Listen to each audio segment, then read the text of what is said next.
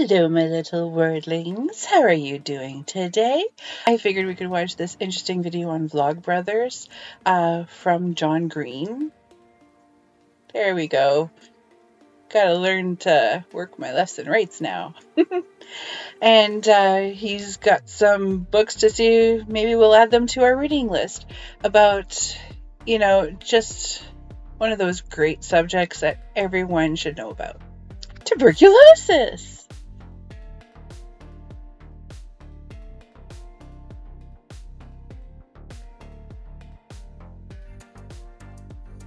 Let's find out more. Good morning, Hank. It's Tuesday. I'm not sure if I've previously mentioned this, but I've been reading a lot about tuberculosis lately. I've read many journal articles and over 20 books, and today I want to highlight for you my favorite tuberculosis reads thus far. So when I talk about TB, people get most excited about the historical stuff, like the fact that TB gave us the cowboy hat and the stethoscope in Pasadena, California, and I do... Tuberculosis gave us the cowboy hat? Do my research! Okay, now mind you, I'm just looking at the first link I find. A guy named John was an American hatter or hat maker in the mid-1800s. New Jersey, he had TB, they told him to go somewhere dry. He still died of TB, but he said about being out west that the hats out here are horrible, and then decided to make a hat. So thank you. Where would the Calgary Stampede be without tuberculosis? Let us continue.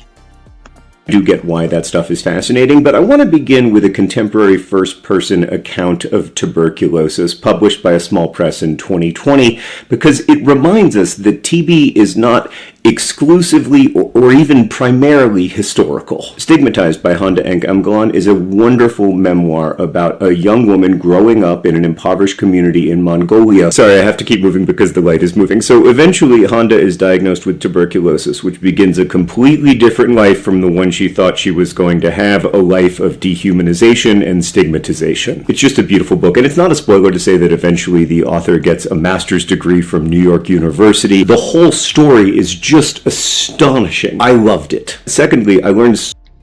Okay, well, I'm just going to rewind that a little tiny bit. Let's look that up and see what we think. I'm going to go to Goodreads because we trust Goodreads. Okay, we found the book he was talking about, Stigmatized, A Mongolian Girl's Journey from Stigma and Illness to Empowerment. 4.88, that sounds good. Let's look at some of these reviews.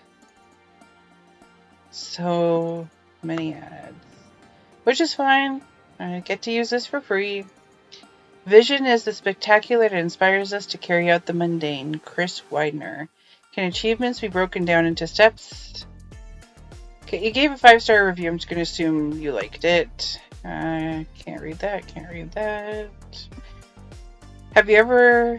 Have you or your loved ones ever experienced any social forms of stigma, TB illness, discrimination, or trauma? I highly recommend this book for you to be added to your reading list. This book is well written and inspirational.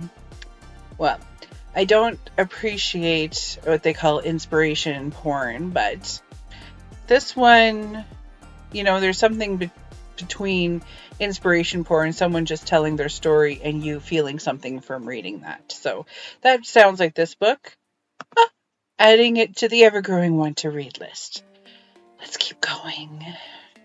Astonishing. I loved it. Secondly, I learned so much amazing history, like how Arthur Conan Doyle participated in TB research and how TB affected our ideas of vampires and so much more from Phantom Plague by Vidya Krishnan. It's probably my overall favorite history of TB because it's approachable and readable, but at the same time very rigorously researched. And then in the final section of Phantom Plague, Krishnan tells the story of Shreya Tripathi, a teenager who was diagnosed with multi-drug resistant tuberculosis and had to sue her government in order to access treatment. She eventually won the lawsuit, but it took so long to wind its way through the... Okay. Oh, I'm sorry, John. I did not mean to pause you there. Okay, we're going to look up this one before we move on to the next one. Phantom Plague. Okay, here we have it. Phantom Plague. Here the ad pops up. So 3.84, not as much as, or as highly rated as the last one, especially with less than 400 reviews, but Harvard Public Health Magazine Best Public Health Books in Journalism of 2022. I like to see how it informed some, like, history. History is great, but I like seeing how it influences cultural norms, cultural beliefs, like vampires. And I'm not overly fond of vampires, but just things of that nature. Okay, let's look at some of these reviews on it. I had mixed feelings about the book, and if I could, I would rate it 3.5 stars. I feel that the content is important and it clearly shows existing inequities in healthcare, which would gain it a 5-star rating. While the book focuses on India, its lessons are broadly applicable to the developing world. All this book is a compelling read. On the other hand, there is not a lot of science in the book, and it's strayed away from tuberculosis. Her book cover with her trying to launch and sell her book to the judges, which and strayed away from tuberculosis in order for the author to make points about current economic structures. I also did not enjoy the tone of the book, which came across as pontificating, so much that even when I agreed with the content, which was quite frequent, I was still ready to put down the book several times, hence the lower star rating. Okay, like I mentioned before, I was slightly pretentious, but don't like it when other people are pretentious. 5 stars for importance, 2.5 for execution. Forget about reading horror fiction. This is probably scarier than anything Stephen King has written. 4 stars. Phantom Plague is an important book. I don't know, man. I need something interesting. And as much as the information might be important, I don't know if I'm going to like this style of writing based on these reviews. So, unfortunately, will not be adding it to the review list. So, let's see what's next. Oh, John, I did you dirty with that pause. The courts that the treatment arrived too late for her, and she died of tuberculosis at the age of 19. I recently learned that Shreya was actually a big fan of my book, The Fault in Our Stars, and reread it toward the end of her life, and I just so wish I could have met her, because she's become one of my heroes, and I'm really grateful to Phantom Plague for telling her story. Okay, the last TB writing I want to recommend is a paper. Isn't that sad? I automatically assume that she had passed away late in life or in another era, and she read The Fault in Our Stars like this is a contemporary, like someone who lived in my lifetime.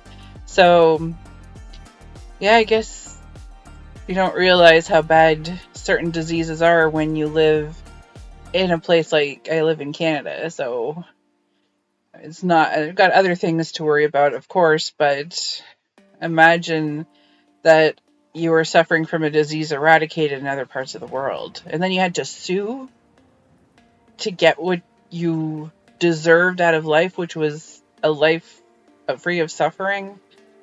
Jesus. Written by another one of my heroes, Dr. Paul Farmer, called Social Scientists and the New Tuberculosis. In this article, he argues that we really can't separate tuberculosis from the social conditions like poverty and malnutrition and overcrowded housing that lead to tuberculosis. And he tells the story of a Haitian teenager named Robert David, who was diagnosed with tuberculosis and had to take a daily walk to be able to access his medications, but they didn't have all the right medications at that clinic, so he eventually developed drug resistance, and over the course of the next 9 years continued to seek treatment every way he could, but the system just couldn't support him. And so, like Shreya, he died of tuberculosis. But did he really die of tuberculosis, or did he die from poverty and systems that simply do not act as if all human lives are equally valuable? It's a brilliant paper, and I see the way our Mr. Green put that? Isn't that absolutely beautiful? He knows how to get to the heart of the matter and put it in words that wrap around your brain and squeeze it. Don't picture it, just feel it. highly recommend you read it, but I can't tell you exactly how to read it, because the world of academic publishing is so fully labyrinthine that I couldn't figure out a way to access this paper without paying $42, which is a little absurd. So maybe somebody in comments will be able to help. So just to state the obvious, Hank, we tend to solve the problems that we devote resources to. Like between 1950 and 1961, many drugs were synthesized that could effectively treat tuberculosis. And then between 1961, which is around the time that TB stopped being a big problem in rich countries, and 2012, no drugs were developed that can treat tuberculosis. And so my last recommendation is to vote with global health in mind, to work to increase awareness of this profound injustice, and to donate, if you can, to Partners in Health or other organizations that are working to make TB what it should be, history. Hank, I'll see you on Friday. Good morning, Hank. It's Tuesday. I think we're going to give that a little likey poo. Well, thank you, Mr. John Green. You gave one great book recommendation.